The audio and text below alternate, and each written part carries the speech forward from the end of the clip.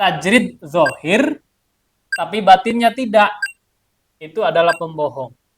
Nggak mau usaha, diam saja, masih makomnya makom asbab, padahal mah pura-pura makom tajrid. Berarti itu adalah pembohong.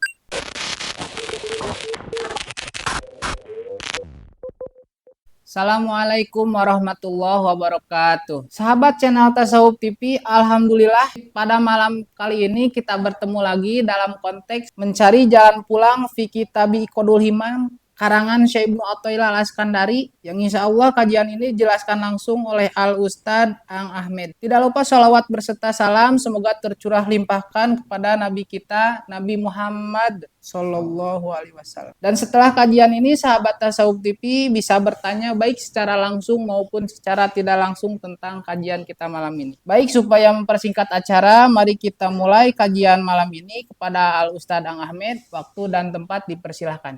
Assalamualaikum warahmatullahi wabarakatuh. Bismillahirrahmanirrahim. La haula wa la quwata illa billah. Asyhadu an la ilaha illallah. Asyhadu anna Muhammadur Rasulullah. Allahumma sholli ala sayyidina Muhammad wa ala ali sayyidina Muhammad. Kama shallaita ala sayyidina Ibrahim wa ala ali sayyidina Ibrahim fil alamin innaka Hamidum Majid. Kita akan lanjutkan pembacaan kitab Iqadhul Himam ini di halaman 29. Masih membahas tentang perbedaan antara tajrid dengan tasbib. Ahli tajrid dengan ahli asbab. Kalau yang ketinggalan, mungkin nanti bisa lihat video sebelumnya. Apa itu tajrid, apa itu asbab. Wa amma man jarrada zahirahu duna batinihi fahuwa kadzabun. Nih.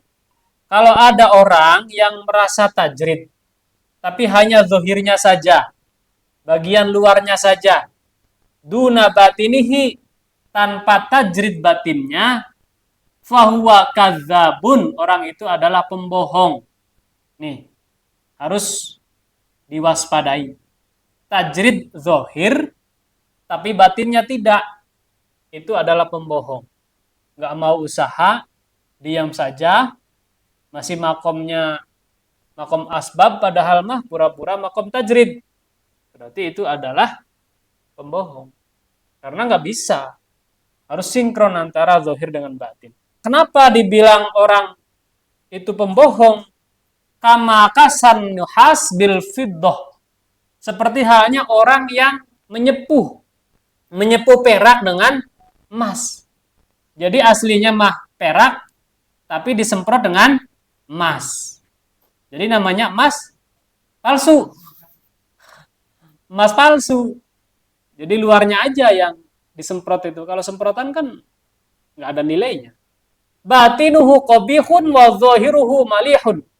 Dalamannya itu jelek, ya, busuk, tapi luarnya begitu mengkilau. Ini jangan sampai kita hanya memperbaiki zahir, tapi tidak juga sekaligus memperbaiki batin.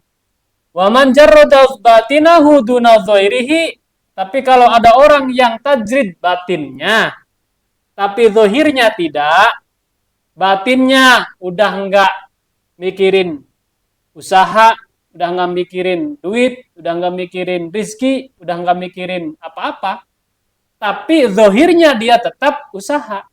Inta'ti zalika fahuwa hasanun, kalau bisa seperti itu bagus. Ya, bagus. Jadi batinnya sudah tajrid, udah enggak peduli besok mau dapat enggak, mau laku atau enggak, dapat rezeki atau tidak, tapi setiap hari dia berangkat dari pagi sampai pulang sore. Itu namanya hebat. Kaman kasal fiddo bin nuhas, seperti halnya orang yang menyepuh emas dengan perak. Yang bernilai itu adalah dalamnya, bukan zahirnya. Tetap aja meskipun luarnya kelihatan perak, tapi dalamnya emas. Kira-kira nih kalau kalian dikasih antara dua barang, yang dalamnya itu perak disepuh emas, sama yang emas disepuh perak, milih yang mana? Emas yang disepuh perak. Meskipun kelihatannya jelek, tapi itu bernilai. Wa huwa qalilun, dan itu sangat sedikit sekali. Sangat sedikit sekali orang yang bisa seperti itu. Idzil ghalib anna man tanasyaba zahirahu tanasyaba batinahu. Jadi umumnya orang apabila zahirnya diperbaiki, maka batinnya juga ikut diperbaiki. Wa man istaghala zahirahu bil hissi istaghala batinahu bihi. Karena pada umumnya kalau orang itu sibuk memperbaiki zahir, maka batinnya pun akan sibuk diperbaiki. Itu umumnya. Wal quwwatu la takunu fil jihataini. Tapi sangat berat kalau seandainya kita harus kedua-duanya itu sempurna.